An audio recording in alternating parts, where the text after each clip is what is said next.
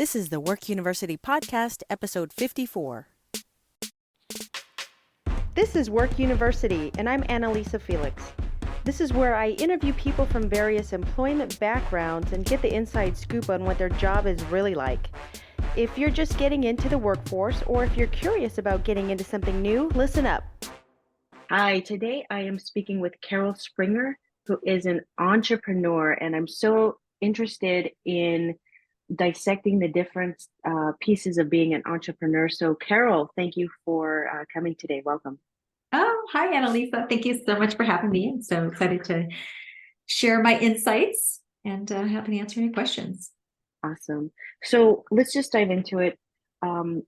Being an entrepreneur, what does that entail at a high level? And then we'll kind of dig down. Okay, yeah. So being an entrepreneur entails it's a business owner. So knowing how to run a business and really having your own ideas and a lot of self-motivation.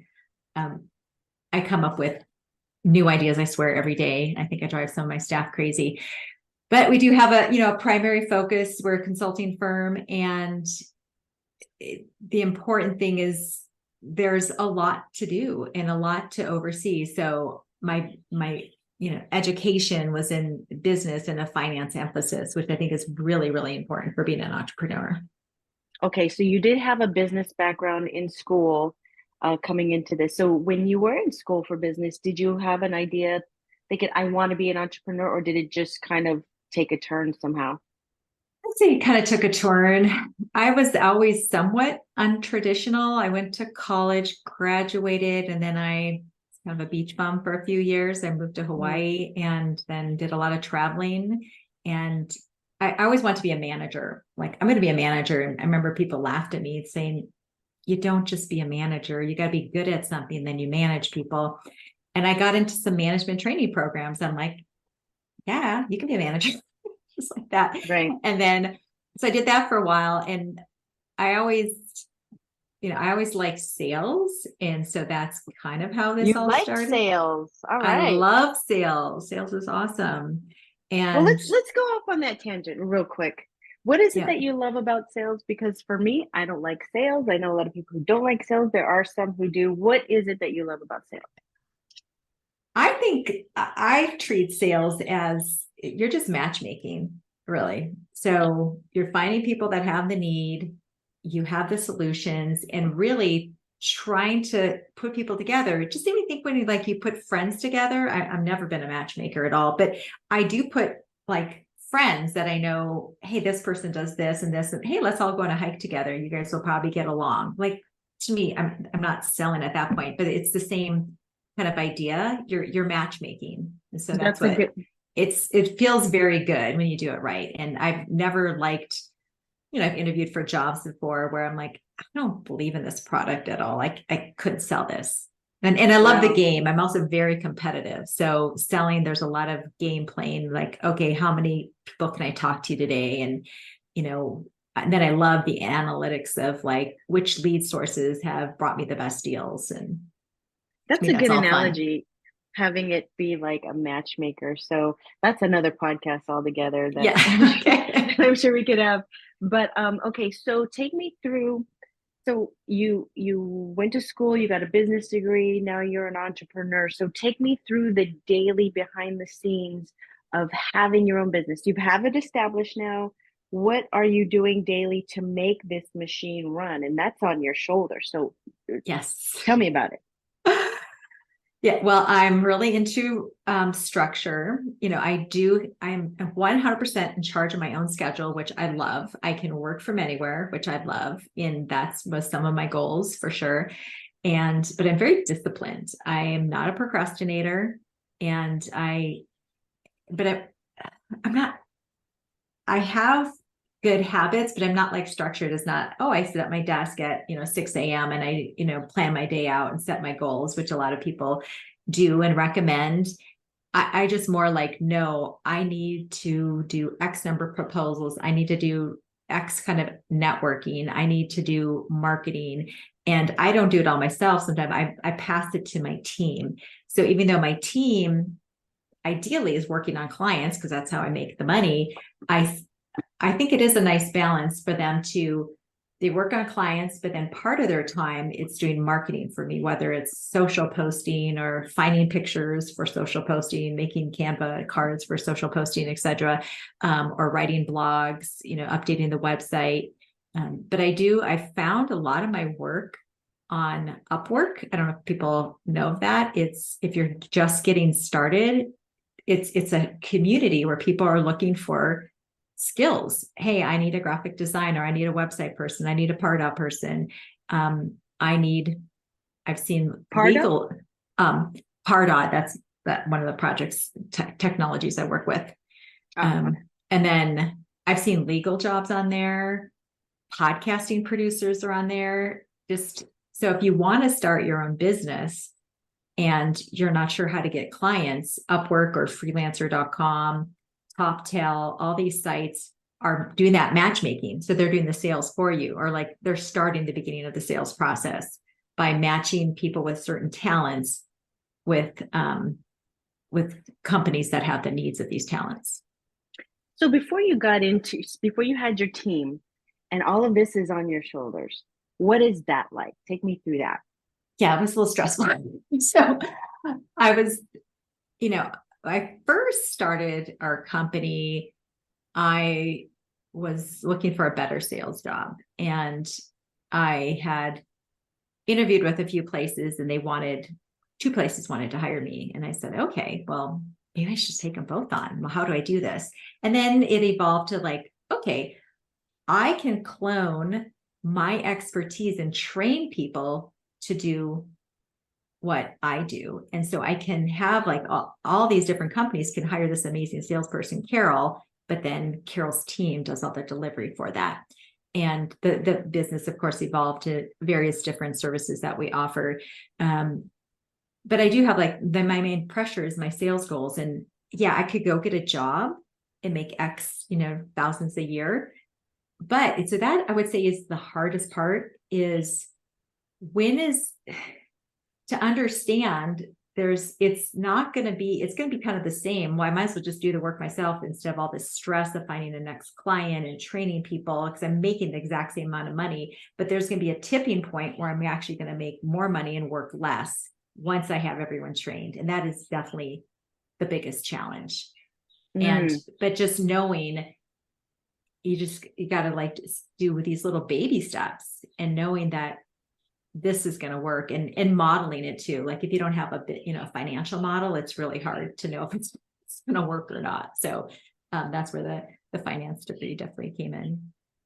So when you were doing this all yourself, and then you got to a point where, and you're still not sure if the return on your investment is going to, but you kind of feel it right? And that's what I'm sensing from you is you kind of, as an entrepreneur, have to feel it, make that shift, and then keep riding with it and don't give up. And then eventually the scales will tip in your favor. Is that correct? Exactly. And a lot of times I'll just keep selling. And at some point I'm like, I don't know if I can do all this work. And I said, worst case, I can do it. So I think that is really important to build a business that you can do the work yourself. And that's really been kind of what's hindered my growth is I could take on a lot more clients and have a lot more projects, but I'm like, what if I don't know how to do it? And then I need to jump in and cover, or my sales are down and I don't want this subcontractor or this employee. I mean, I make sure my employees are 100%, booked, but I also have subcontractors that are kind of up and down. So that is also, I highly recommend that. So instead of just hiring 3 people, hire 1 full-time person, get 2 subcontractors, and 1 you want to feel out if they're reliable, and then they can handle the ebb and flows. That is really, really helpful. So you can bring on as much as possible, and then I can just subcontract more work. And if the sales go down, I don't have this out-of-pocket cost of this full-time employee. Okay, so we're talking about business here. So just give me the real quick, because I want to keep digging into this, but I think I skirted over, what business do you have? It's a professional services consulting firm for technology implementations and technology training. So in normal English, what does that mean? Um, I help companies with their marketing technology mostly in salesforce.com. So Salesforce is a very popular business to business software that pretty much every Fortune 500 company has. And then marketing automation, specifically we work with Pardot, is the email marketing engine attached to Salesforce. And so a lot of people are running email marketing campaigns and just, building landing pages and forms for their website, and they just don't know how the technology works. And so I help them figure that all out. Okay, so you're like the middleman consultant that brings in these documentation systems for marketing for these companies that they know they need. They don't have it yet because Excel spreadsheets can only last for so long. Right. And then you come in and you implement it for them and teach them how to use it and maintain that software, correct? Exactly. Yes. Uh-huh. Okay, great. So that going back to being a business owner, now you've made that shift, you've hired a team. Now what's it like? Your mindset. Yes. Well, we just had a team lunch yesterday, and I'm like, so I was like, oh, we haven't had this since Christmas time. I was like, what? It's been 5 months since we've had a team gathering. And I'm like, okay, we need a party planning committee person here. And so a lot of I'm thinking about that all the time. How do I keep people motivated? I want to pat someone on the back, but is someone else going to take that personal that they're not doing a good job because I didn't pat them on the back?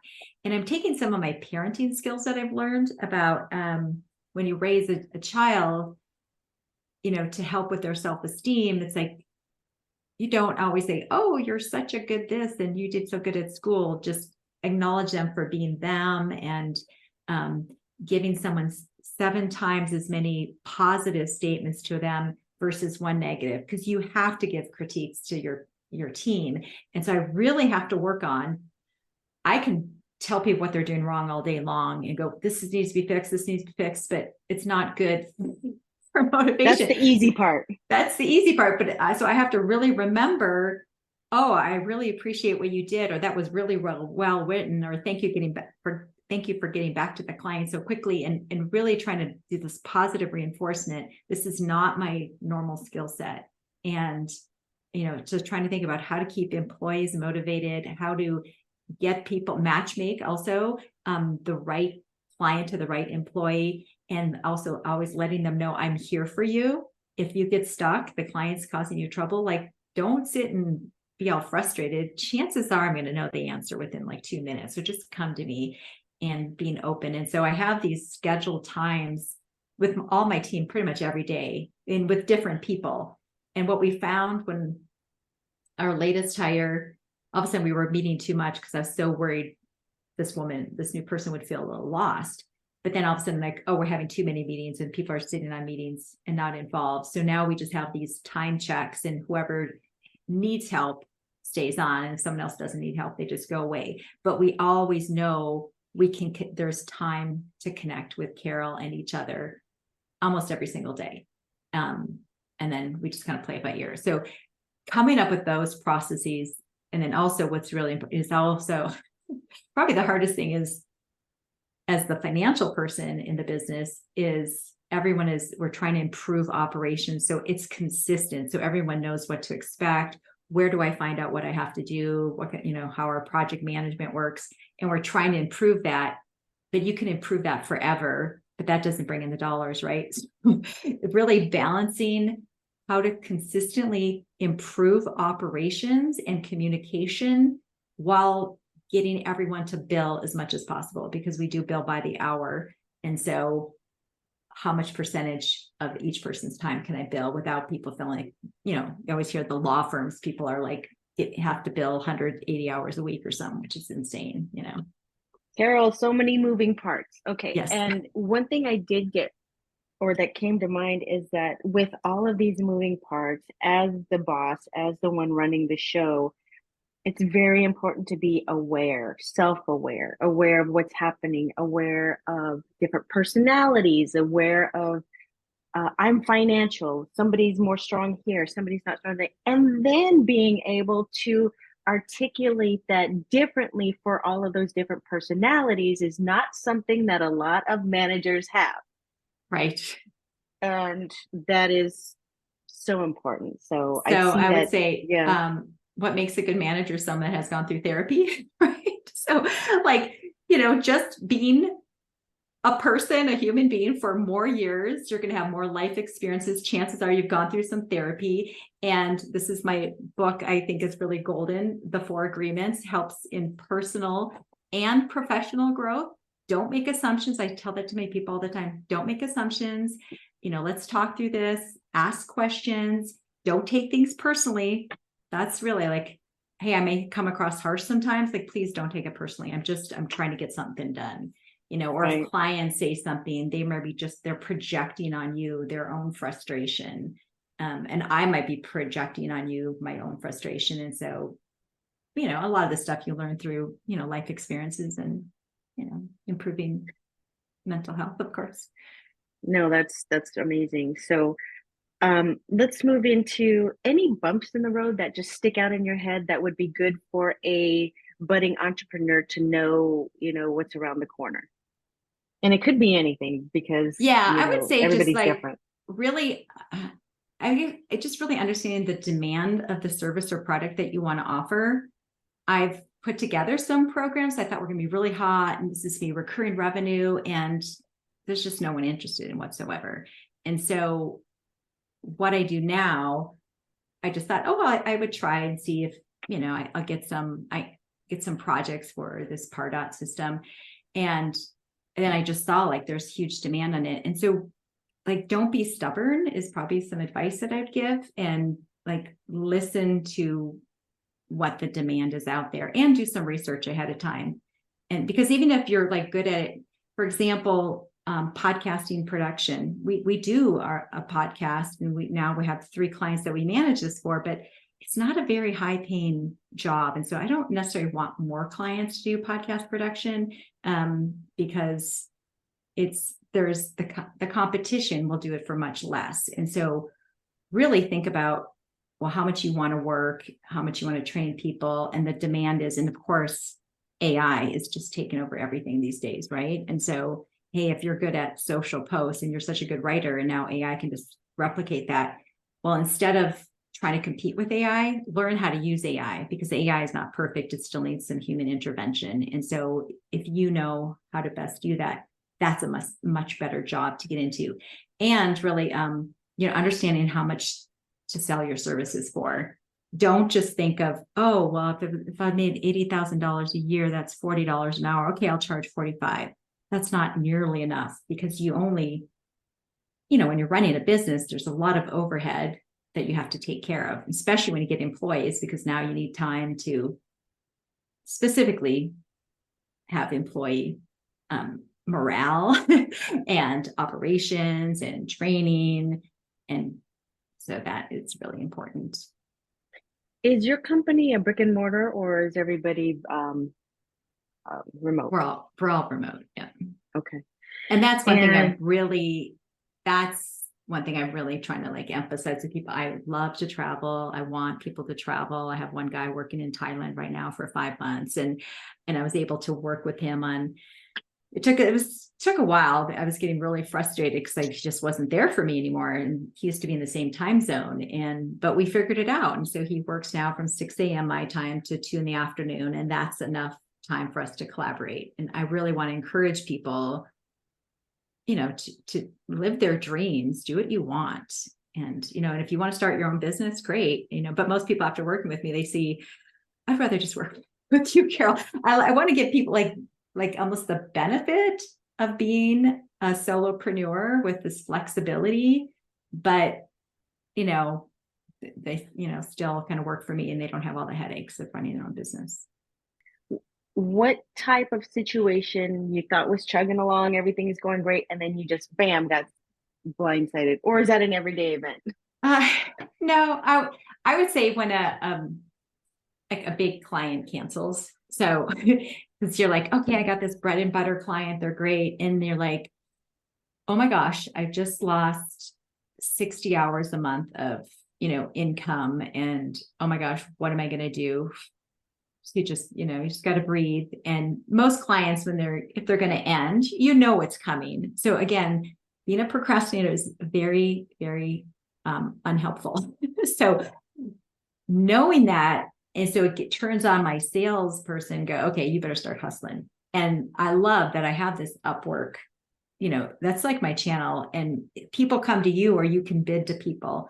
And so I can do like 5 bids a week if I want, or 5 a day. And that's a pretty quick turnaround. And so maybe I'll take less desirable clients, so I'm starting to really build my ideal customer that I want to get. And I think how to get that, I need to reach out to people on LinkedIn that are actually hiring for this type of work at bigger companies that need, 50 plus hours a month, and that's the fire under my, my belt right now, is like, I need to find these clients they're bigger. But again, I still want some smaller ones, because if one of the big ones goes away, I have these smaller ones and I can kind of grow them. And so constantly looking at that is probably one of the biggest challenges. Wow. Okay. So you've brought up a lot here. My anxiety level has gone up and down a few times as you're speaking. What advice do you give to anybody who wants to be an entrepreneur, or maybe they don't even think of it as entrepreneur? They're just like, I just want to start my own business and make money. What advice do you give to that person?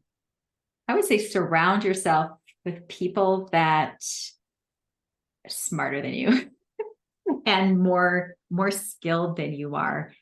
And again, remember, I have this fear about taking on work that I don't personally know how to do, but I'm starting to learn I don't need to have to do all the work.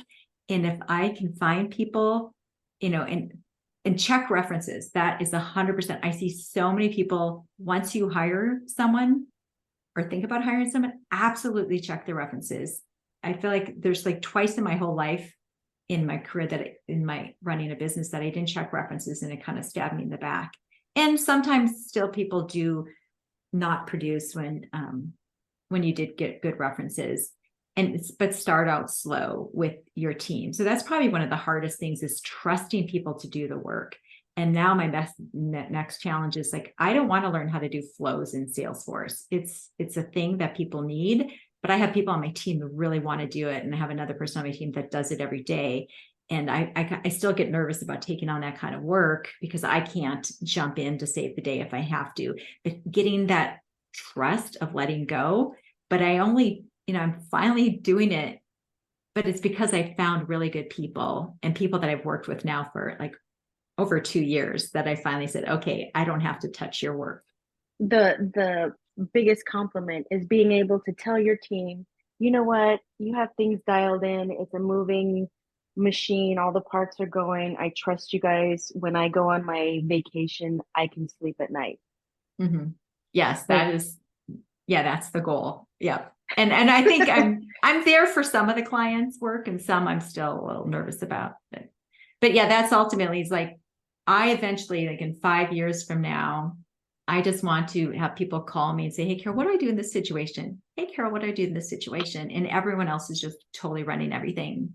If you have someone do the sales for the company, have someone else do the marketing for the company, so not everyone has to dabble in it. And then the people that are good at the technology and client management, they're just churning that out. And I'm just the advisor, and, oh, here's the next new product we should come up with. Or I'm starting to like package because some of the tasks we do are repetitive, like these 6 reports you need, Mr. Client, or here's how to do UTM tracking. And, here's the 5 steps to do it. Let's get it turned on for you, as like just a package.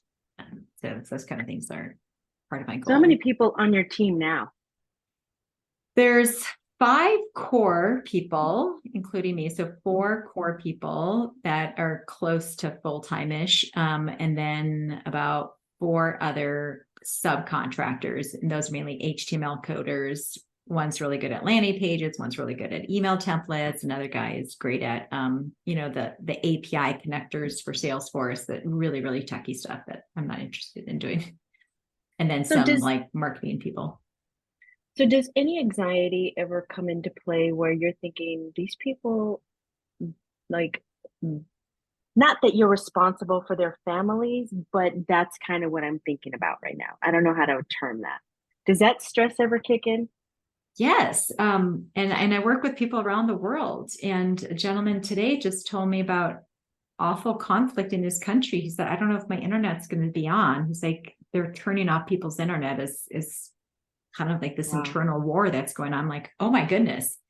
Mm. Whoa. But I'm glad he told me. So then I know if he just goes silent, I know why. And I need a backup plan to finish his work. And I have a backup plan. But I still, and he said, our country, like financial problems are happening too. And I'm like, oh my goodness, I'm so grateful. Like I don't have to worry about that stuff.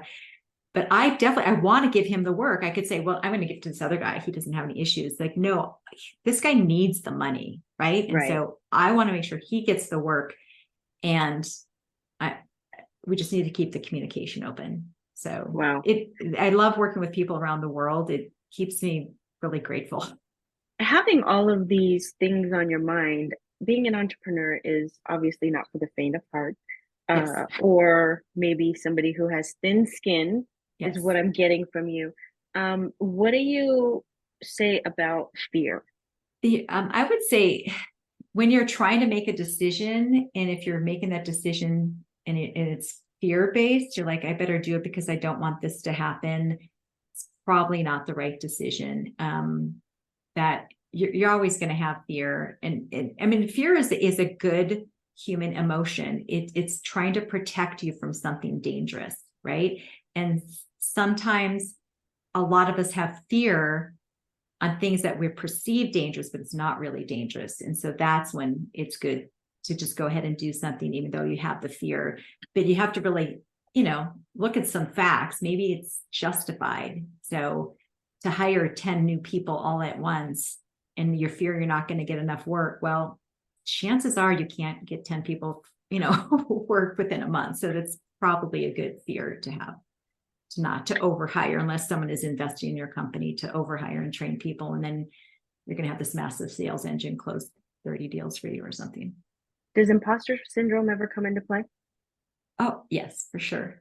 Yes. I feel at this point, my confidence in our consulting expertise, I don't have, but when it comes to like wanting to promote myself as a thought leader in my industry and trying to speak at Salesforce events, there I have imposter syndrome for sure. So. But you're still doing it and you're feeling the fear and doing it anyway. Right. And so I said, okay, well, I got rejected from the speaking event at Salesforce. And, I didn't really have a good pitch of what I was going to say. And then and then I went to another event and there's like 2,000 people in the room. I'm like, I don't know what I would have done. I would have had a panic attack because I didn't really have that great of a program. And so how I'm doing that is I'm starting in smaller venues like podcasts. A local, I just got accepted to be part of the mentor in the Salesforce local mentorship group. And so I'm like, okay, it's starting to happen. And so the more I do that, and I just launched a Udemy course for my software. And so I'm building up that credibility. And then I think in about a year or so, I'll get a gig at a Salesforce event. Yeah, Yay. baby steps. I say baby steps. Baby steps. So, Carol, do you have any social media or anywhere that we can find out more about your company or maybe learn more from you? What would you like to share? Yes. So I would say definitely on LinkedIn, LinkedIn/Carol Springer, SPRINGER.